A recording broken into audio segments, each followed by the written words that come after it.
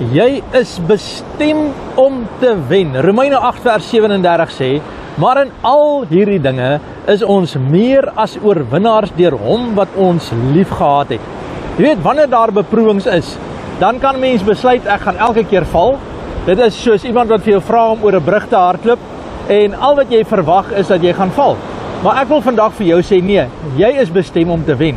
Jy gaan vandag elke brug, elke uitdaging gerieflik, gemaklik oorwin.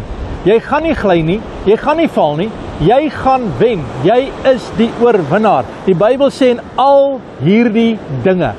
Wat se dinge is dit? Of dit nou jou finansies is, of dit nou jou verhoudings is, of dit jou gedagtes is, of dit jou siekte is, of dit vandag wat se stryd ook al is, sê dit in die naam van Jesus. Verklaar die woord, aktiveer God se woord en die geloof wat jy het in Jesus Christus, dat jy is geposisioneer om te wen. Jy is bestem om te wen. Dis wat God vandag vir jou wil sê. Weet jy, as Jesus nie kan verloor nie, dan beteken dit vandag, jy kan ook nie verloor nie. Dit beteken, Jesus vat jou hand. Hy was reeds oor dit, hy is reeds deur dit. Hy verstaan presies waardeur jy gaan op hierdie oomblik. Ek wil vra dat die Heilige Gees op hierdie oomblik vir jou die krag sal gee. Jy gaan nie weer verloor nie, jy gaan nie weer gly nie, jy gaan nie weer val nie.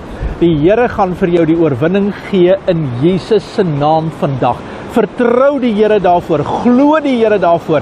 Weet jy dat die Here sê, jy hoef nie te worry oor wat jy sien en wat om jou aangaan nie, maar dat jy vandag kan glo, en hy wat glo, vir hom is alle dinge moontlik.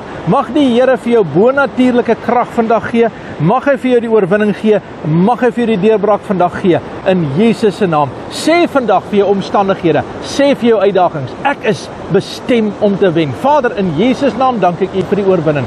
Ek dank U vir die deurbraak, ek dank U vir 'n kragtige werk op hierdie oomblik. Ek bid vir jou, dat die Here jou vandag sal vashou, dat die Here jou sal oorwinning gee, dat die Here jou deurbraak sal gee vandag, dat jy vandag sal inkoop in sy geleenthede in, en dat jy sal weet, elke geleentheid waarin jy inkoop, sal eenvoudig in oorwinning deurbreek, in Jesus se naam, amen, en God bless.